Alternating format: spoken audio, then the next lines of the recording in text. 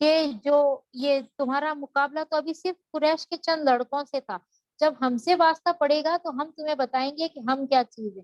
تو ان سے کہہ دو، رسول سے کہا جا رہا ہے کہ رسول آپ ان سے کہہ دیجئے کہ جن لوگوں نے انکار کیا ہے وہ عنقریب مغلوب ہوں گے، گھیرے جائیں گے اور آگ کی طرف انہیں جایا جائے گا گھسیٹ کر۔ تمہارے لیے ان دو گروہوں میں ایک نشان عبرت تھا جو بدر میں ایک دوسرے سے نبر آزما ہوئے، ایک گروہ اللہ کی راہ میں لڑ رہا تھا اور دوسرا گروہ کافر تھا۔ دیکھنے والے بچشم سر دیکھ رہے تھے کہ کافر گروہ مومن گروہ سے دگنا ہے، مگر نتیجے نے ثابت کر دیا کہ اللہ اپنی فتح و نصرت جس کی چاہتا ہے مدد کر دیتا ہے۔ دیدہ بینا رکھنے والوں کے لیے اس میں بڑا سبق ہے۔ اس میں بتایا گیا ہے کہ بدر میں جب دو گروہ آمنے سامنے آئے تھے، اس میں ایک تو گروہ تھا جو اللہ کے لیے لڑ رہا تھا اور دوسرا گروہ تھا جو کافروں کا تھا، اور وہ دونوں ایک دوسرے کو دگنا دیکھ رہے تھے، یعنی کہ مسلمان جو تھے وہ مشرکین کو، کفار کے لشکر کو جو ان سے 3 گنا تھا، لیکن صرف دگنا یعنی اپنے سے جسٹ دگنا 600 کے آس پاس دیکھ رہے تھے، اور جو مشرکین تھے، جو کفار تھے، وہ لوگ اپنے آپ سے دگنا یعنی کہ وہ 1000 تھے تو ان کو مسلمان 300 کی بجائے 2000 نظر آ رہے تھے۔ اللہ تعالیٰ جس طرح چاہتا ہے مدد کرتا ہے۔ لوگوں کے لیے مرغوبات نفس، حب الشہوات جو ہے، عورتیں، اولاد، سونے چاندی کے ڈھیر، نشان زدہ گھوڑے، مویشی، زرعی زمینیں بڑی خوشائند بنا دی گئی ہے، مزین کر دی گئی ہے، مگر یہ سب دنیا کی چند روزہ زندگی کا سامان ہے۔ حقیقت میں جو بہتر ٹھکانہ ہے وہ تو اللہ کے پاس ہے۔ اللہ تعالیٰ نے ان چیزوں میں سب میں بہت زیادہ اٹریکشن تو رکھ دیا ہے، لیکن یہ سب جو ہے دنیا کی زندگی کا سامان ہے۔ حقیقت میں تو جو سامان ہے جو ہمیشہ رہنے والا ہے وہ اللہ کے پاس ہے، اور وہی بہترین ٹھکانہ ہے۔ کہو میں تمہیں بتاؤں کہ ان سے زیادہ اچھی چیز کیا ہے؟ جو لوگ تقوی کی روش اختیار کریں ان کے لیے ان کے رب کے پاس باغ ہے جن کے نیچے نہریں بہتی ہوں گی، وہاں انہیں ہمیشہ کی زندگی حاصل ہوگی، پاکیزہ بیویاں ان کی رفیق ہوگی اور اللہ کی رضا سے وہ سرفراز ہوں گے۔ اللہ اپنے بندوں کے رویے پر گہری نظر رکھتا ہے، یعنی کہ یہ جو چیزیں ہیں دنیا کی، یہ جو ان میں جو اٹریکشن لگی ہے ان میں کوئی برائی نہیں ہے، لیکن اس کے لیے ایک لمٹ رکھو کہ دنیا کے فائدے کا سامان ہے، لیکن ان میں گم ہو کر آخرت کو نہیں بلانا ہے۔ آخرت کی جو زندگی ہے وہ ہمیشہ ہمیشہ کی زندگی ہے، اور وہاں پر جو ملنے والا ہے وہ کبھی بھی ختم نہیں ہونے والا ہے، تو ہمیشہ آخرت پر نظر رکھ کر عمل کرنا چاہیے۔ اور یہ کون لوگ ہیں جو اس چیز کو نظر میں رکھتے ہیں؟ یہ وہ لوگ ہیں جو کہتے ہیں ربنا اننا آمنا فاغفر لنا ذنوبنا وقنا عذاب النار۔ یہ وہ لوگ کہتے ہیں کہ اے مالک ہم ایمان لائے، ہماری خطاؤں سے درگزر فرما اور ہمیں آتش دوزخ سے بچا لے۔ یہ لوگ صبر کرنے والے ہیں، راست باز ہیں، فرما بردار ہیں، منفقین والمستغفرین بالاسحار، کہ یہ جو ہے یہ سچ بولتے ہیں، ہمیشہ سچ کی بات کرتے ہیں اور صبر کرتے ہیں اور قناعت کرتے ہیں۔ جب بھی کوئی تکلیف آتی ہے، مصیبت آتی ہے، غصہ آ جاتا ہے تو یہ کیا کرتے ہیں؟ صبر کرتے ہیں اور سچ بولتے ہیں۔ سچائی ان کی ہر چیز، ان کی نیتیں بھی سچی ہوتی ہیں، ان کے دل بھی سچے ہوتے ہیں، ان کے ارادے بھی سچے ہوتے ہیں، ان کے اعمال بھی سچے ہوتے ہیں۔ اور جو قانتین، جو اطاعت پر جم جاتے ہیں، پابندی سے جمے رہتے ہیں، مستقل مزاجی کے ساتھ عمل کرتے ہیں جو بھی اللہ کا حکم ہے، اور والمستغفرین بالاسحار، جو سحری کے وقت استغفار کرتے ہیں، اللہ سے مغفرت مانگتے ہیں۔ تو ابھی ہمارے پاس بہت اچھا موقع ہے کہ ہم بھی اس وقت جب ہم اپنا کام کر رہے ہوں، یہی جو دنیا کے کام ہے کھانا پکانا، تو اس وقت زیادہ سے زیادہ استغفار پڑھیں ہم۔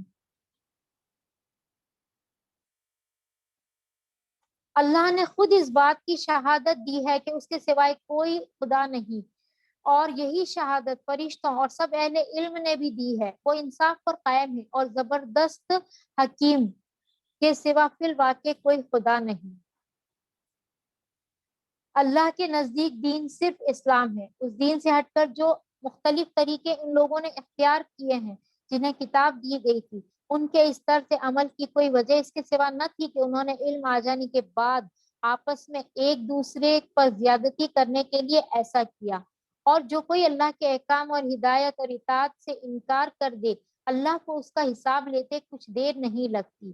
اب اگر یہ لوگ تم سے جھگڑا کریں تو ان سے کہو میں نے اور میرے پیرووں نے تو اللہ کے آگے سر تسلیم خم کر دیا ہے۔ پھر اہل کتاب اور غیر اہل کتاب دونوں سے پوچھو کیا تم نے بھی اس کی اطاعت و بندگی قبول کی؟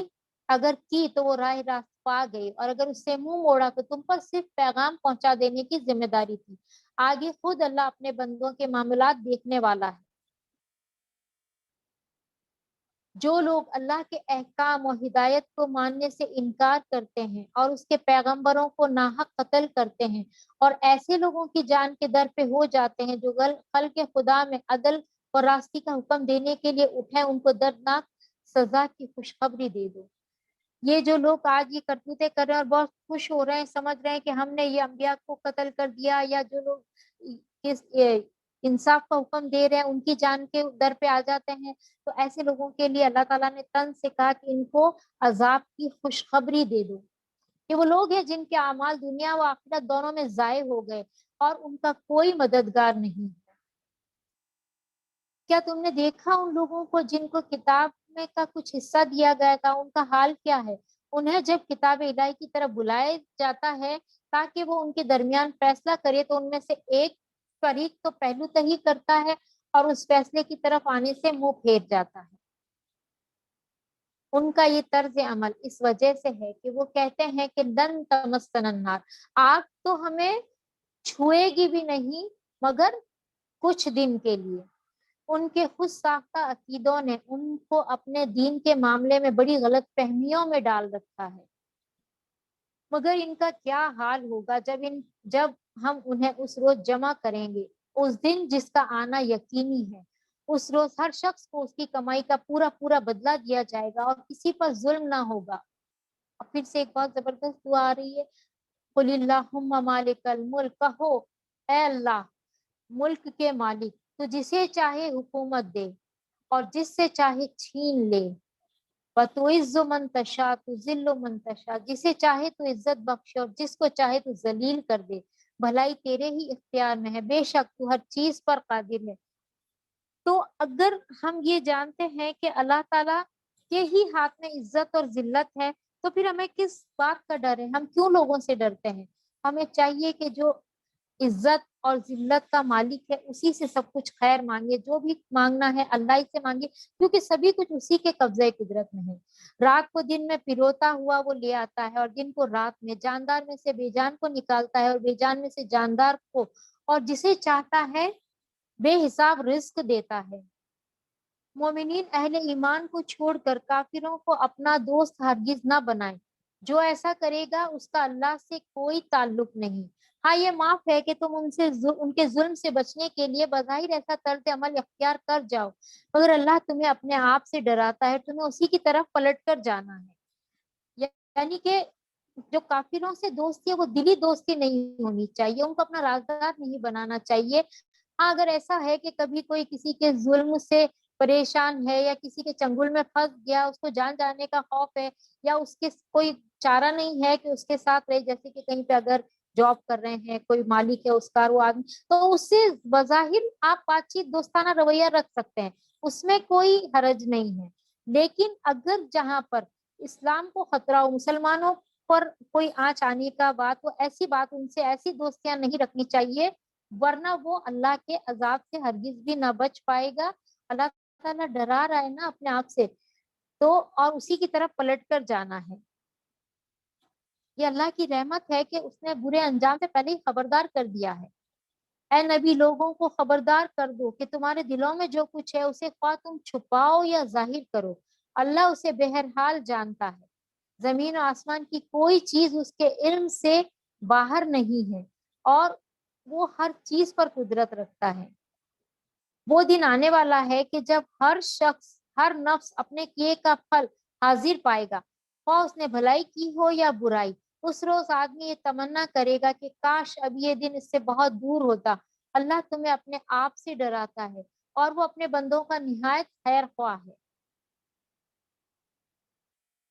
اے نبی لوگوں سے کہہ دو کہ اگر تم حقیقت میں اللہ سے محبت رکھتے ہو تو میری پیروی اختیار کرو، اللہ تم سے محبت کرے گا اور تمہاری خطاؤں کو درگزر فرمائے گا، وہ بڑا معاف کرنے والا اور رحیم ہے۔ اگر تم چاہتے ہو، اگر تم یہ دعویٰ کرتے ہو کہ تم اللہ سے محبت کرتے ہو، اللہ سے تو ہم سب دعویٰ کرتے ہیں کہ محبت کرتے ہیں۔ اب کیا کہا کہ تم کیا یہ چاہتے ہو، یہ بتا رہے ہیں کیا تم یہ چاہتے ہو کہ اللہ بھی تم سے محبت کرے، تو اس کے لیے کیا کرنا ہے؟ فَاتَّبِعُونِی، میری پیروی کرو۔ آپ صلی اللہ علیہ وسلم نے کہا کہ میری پیروی کرو۔ رسول کی پیروی کیا ہے؟ جو بتایا ہے وہی عمل کرو، جو آپ نے کر دیا ہے وہی اسی طرح ہمیں کرنا ہے، اسی طرح زندگی گزارنی ہے جس طرح آپ نے بتائی ہے۔ ہمارا سونا اٹھنا بیٹھنا کھانا پینا چلنا پھرنا، ہماری پوری زندگی اسی طرح ہو جس طرح آپ صلی اللہ علیہ وسلم نے ہمیں بتائی ہے۔ ہر وہ کام چھوڑ دیں جس سے آپ نے ہمیں روکا ہے، تو کیا ہوگا؟ اللہ تعالیٰ ہم سے خود محبت کریں گے اور ہمارے گناہوں کو بھی معاف کر دیں گے، کیونکہ وہ بڑا مہربان اور رحم کرنے والا ہے۔ ان سے کہو کہ اللہ اور رسول کی اطاعت قبول کر لو، پھر وہ اگر تمہاری دعوت قبول نہ کریں تو یقیناً یہ ممکن نہیں کہ اللہ ایسے لوگوں سے محبت کرے جو اس کی اور اس کے رسول کی اطاعت سے انکار کرتے ہیں۔ ایک حدیث میں آپ کو بتاؤں گی کہ ابن انس بن مالک رضی اللہ کہتے ہیں کہ آپ کے پاس بحرین سے کچھ مہمان آ کر ٹھہرے، آپ نے اپنے وضو کا پانی منگوایا، وضو کیا، وہ آپ کے وضو کے پانی کی طرف لپکے، انہوں نے جو کچھ پایا اس میں سے زمین پہ سے گرا اٹھایا، اپنے چہروں اپنے سینوں پر ملا، تو آپ صلی اللہ علیہ وسلم نے ان سے کہا کہ کس چیز نے تمہیں اس پہ اکسایا ہے؟ انہوں نے کہا آپ کی محبت میں، شاید کہ اللہ ہم سے محبت کرے اللہ کے رسول۔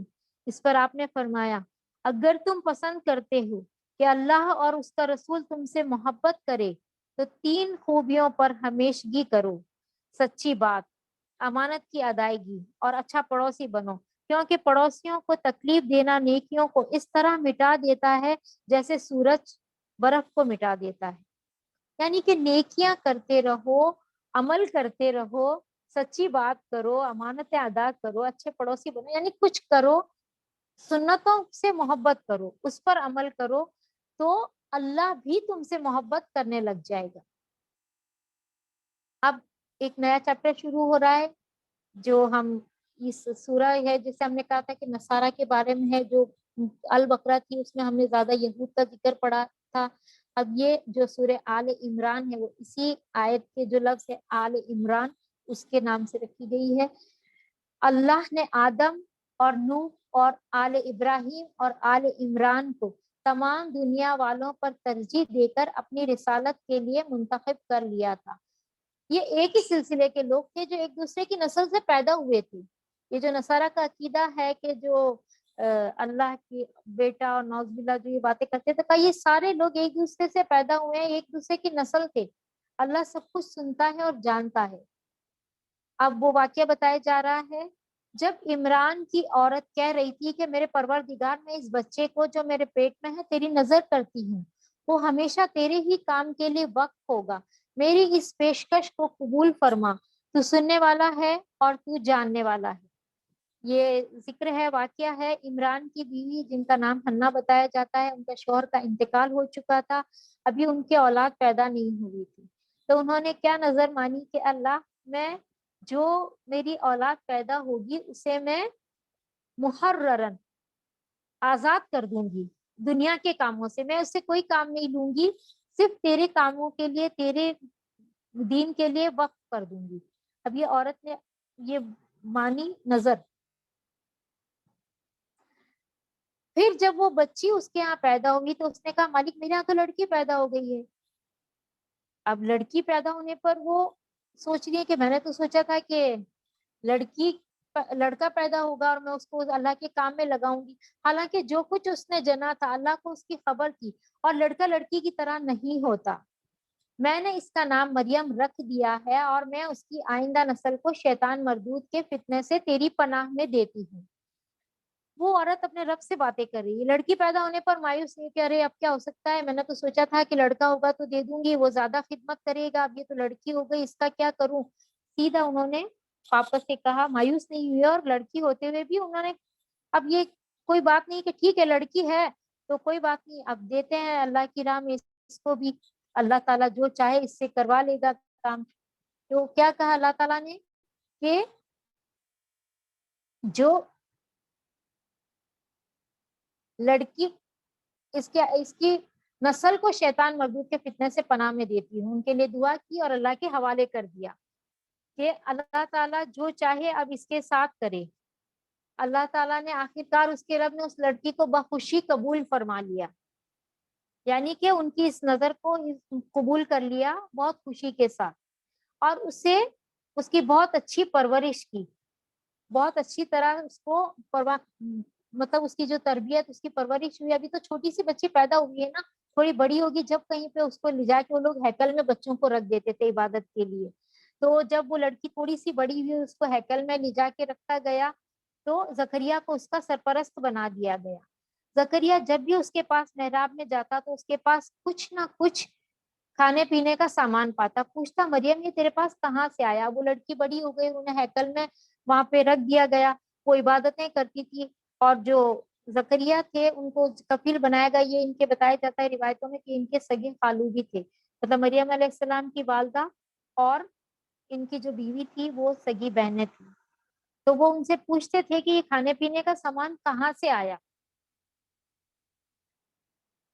یہ حال دیکھ کر زکریا تو انہوں نے کیا جواب دیا کہ یہ اللہ کے پاس سے آیا ہے، اللہ جسے چاہتا ہے بے حساب دیتا ہے۔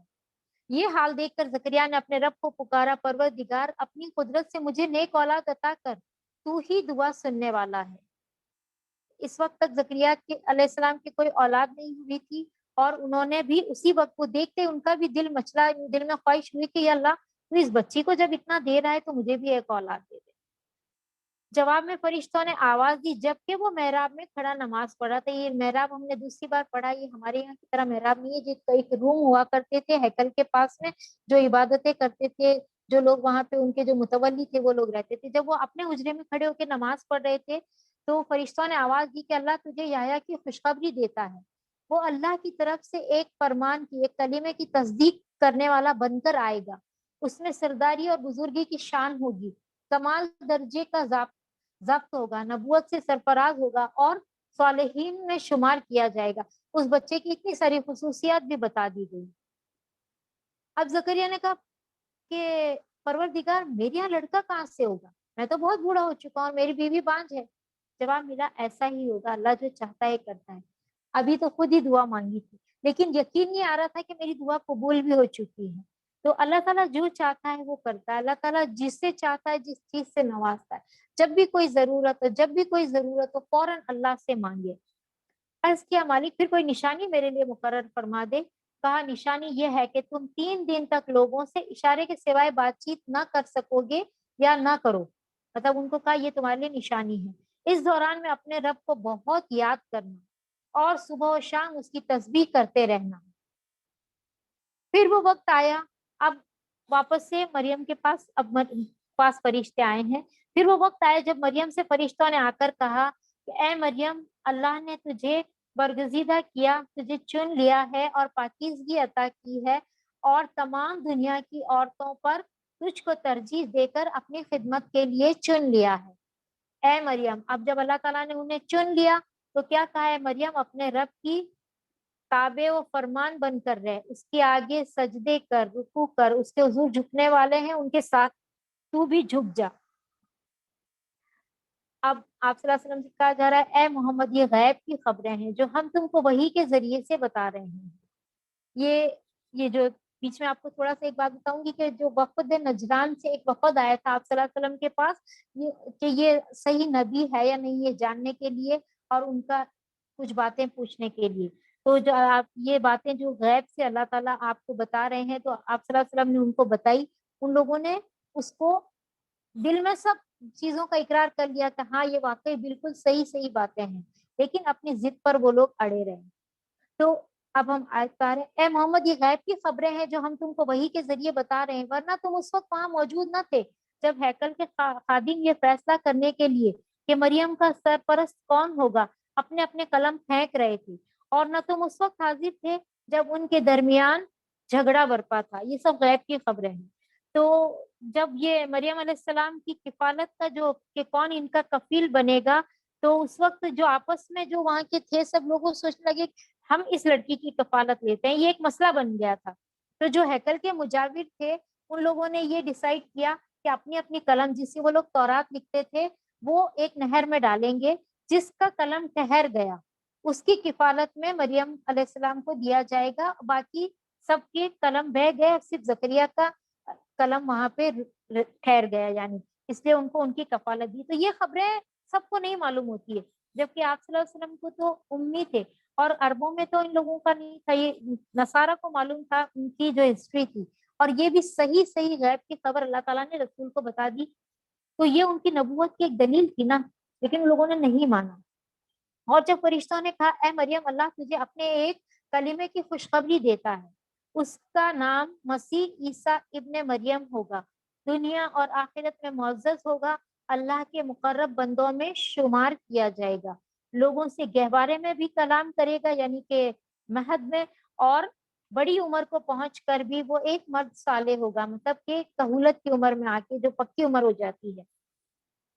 تو اب ایک اور بار فرشتے آئے اور کہا کہ تجھے ایک کلمے کی خوشخبری دے رہے ہیں اللہ تعالیٰ، اور اس کا نام بھی بتا دیا گیا ہے کہ مسیح عیسیٰ ابن مریم ہوگا۔ جب عیسیٰ علیہ السلام کا نام قرآن میں آتا ہے عیسیٰ ابن مریم ہی آتا ہے، مسیح ان کو اس لیے کہا جاتا ہے کہ وہ سیاحت کری، انہوں نے بہت زیادہ سفر کر کر کے اللہ کا دین لوگوں تک پہنچانے کے لیے بہت جگہ انہوں نے گھومتے پھرتے تھے، اور ان کی یہ باتیں بتا دی گئی کہ وہ کلام کرے گا بچپن میں بھی جب بچہ بول نہیں سکتا ہے، یعنی کہ جھولے میں گہوارے میں، اور بڑی عمر کو پہنچ کر بھی، بڑی عمر کو پہنچ کر یعنی کہ 40 سال کی عمر، کہولت کی عمر، کاہلی جب آ جاتی ہے تھوڑی کاہلی چھا جاتی ہے اپنے اوپر، تو اس میں بھی کلام کرے گا، یعنی کہ وہ بچپن میں تو بولا ہی گیا، اس عمر میں یہ بات کیوں کہی گئی؟ ہر انسان ہی بولتا ہے بڑی عمر کو پہنچ کے، کیونکہ عیسیٰ علیہ السلام کو 30 سال کی عمر میں تقریباً اٹھا لیا گیا تھا آسمان پہ، 30-35 سال کی عمر میں، تو وہ واپس آئیں گے، کیونکہ ہمارا ایمان ہے نا، اللہ تعالیٰ نے جو ہمیں بتا دیا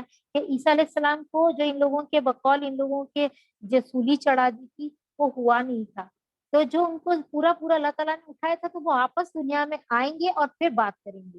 یہ سن کر مریم بولی پروردگار، یعنی کہ اب یہ بات ختم ہوگی، نیکسٹ آیت ہے، یہ سن کر مریم بولی پروردگار میرے یہاں بچہ کیسے ہوگا، مجھے تو کسی شخص نے ہاتھ تک نہیں لگایا۔ جواب ملا ایسا ہی ہوگا، اللہ جو چاہتا ہے پیدا کرتا ہے، جب وہ کسی کام کرنے کا فیصلہ کر لیتا ہے تو بس کہتا ہے کہ کن ہو جا، تو وہ ہو جاتا ہے۔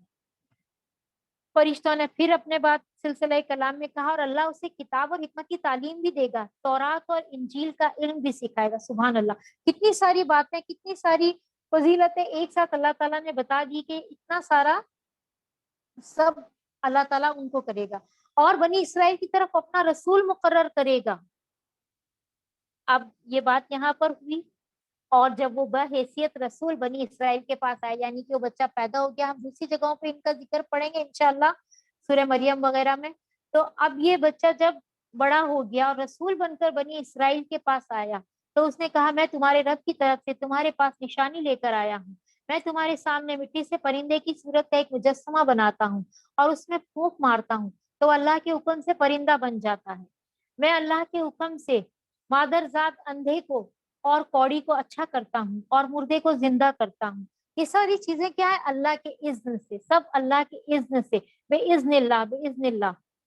میں تمہیں بتاتا ہوں کہ تم کیا کھاتے ہو اور کیا اپنے گھروں میں ذخیرہ کر کے رکھتے ہو، اس میں تمہارے لیے کافی نشانی ہے اگر تم ایمان لانے والے ہو، یعنی کہ میں اللہ کے رسول ہوں اور اس کو ماننے کے لیے تمہارے لیے اتنی ساری نشانیاں کم نہیں ہے، تم ہٹ درم مت بنو، یہ کوئی نہیں کر سکتا ہے کہ مردے کو زندہ کر دے، یہ سب کر دے، یہ سب میں اللہ کے حکم سے کر رہا ہوں۔ اچھا اگر وہ کوئی بات جھوٹی لے کے آتے تو اپنا ہی پیغام لاتے نا کہ میں ہوں، مجھے مانو، میں خدا ہوں، میں رب ہوں، میری عبادت کرو، تو کیا کہا یہ سب میں اللہ کے اذن سے کر رہا ہوں، اور میں اللہ کا رسول ہوں، اور میں اس تعلیم و ہدایت کی تصدیق کرنے والا بن کر آیا ہوں جو تورات میں سے اس وقت میرے زمانے میں موجود ہے، میں کوئی نئی بات لے کر نہیں آیا ہوں، اور میں اس لیے آیا ہوں کہ تمہارے لیے بعض ان چیزوں کو حلال کر دوں جو تم پر حرام کر دی گئی ہیں، دیکھو میں تمہارے رب کی طرف سے تمہارے پاس نشانی لے کر آیا ہوں، لہٰذا اللہ سے ڈرو اور میری اطاعت کرو، یعنی کہ میرا کہنا مانو، ڈر اللہ ہی کا رکھو، اللہ سے ڈر کے میرا کہنا مانو، اللہ میرا رب بھی ہے اور تمہارا رب بھی، لہٰذا تم اسی کی بندگی اختیار کرو، یہی سیدھا راستہ ہے۔ ہر نبی ہر رسول نے یہی دعوت دی ہے، یہی ایک بات کہا ہے کہ عبادت اللہ کی کرو, رستہ جو ہم بتا رہے ہیں اس پر چلو, ہماری اطاعت کرو, کیونکہ ہم اللہ ہی کے بھیجے ہوئے ہیں نا. جب عیسیٰ نے محسوس کیا کہ بنی اسرائیل کفر و انکار پر آمادہ ہیں, تو اس نے کہا کون اللہ کی راہ میں میرا مددگار ہوتا ہے؟ حواریوں نے جواب دیا ہم اللہ کے مددگار ہیں, ہم اللہ پر ایمان لائے, گواہ رہو کہ ہم مسلم ہیں, اللہ کے آگے سر اطاعت جھکا دینے والے. یعنی کہ جب عیسیٰ علیہ السلام یہ میسج لائے اپنے قوم کے پاس, بنی اسرائیل کے پاس, تو ان لوگوں نے جیسا کہ ان کی عادت تھی انبیاء کو قتل کرنا اور ان کا انکار کرنا, ان کو جھٹلا دینا, تو انہوں نے پھر عیسیٰ علیہ السلام کے بھی وہ دشمن ہو گئے. عیسیٰ علیہ السلام نے محسوس کر لیا کہ ان کی دشمنی حد سے آگے بڑھنے والی ہے, وہ آپ کے قتل کی بھی سازشیں کرتے تھے. تو انہوں نے کہا کہ کون ہے جو اللہ کے راہ میں میری مدد کرے گا؟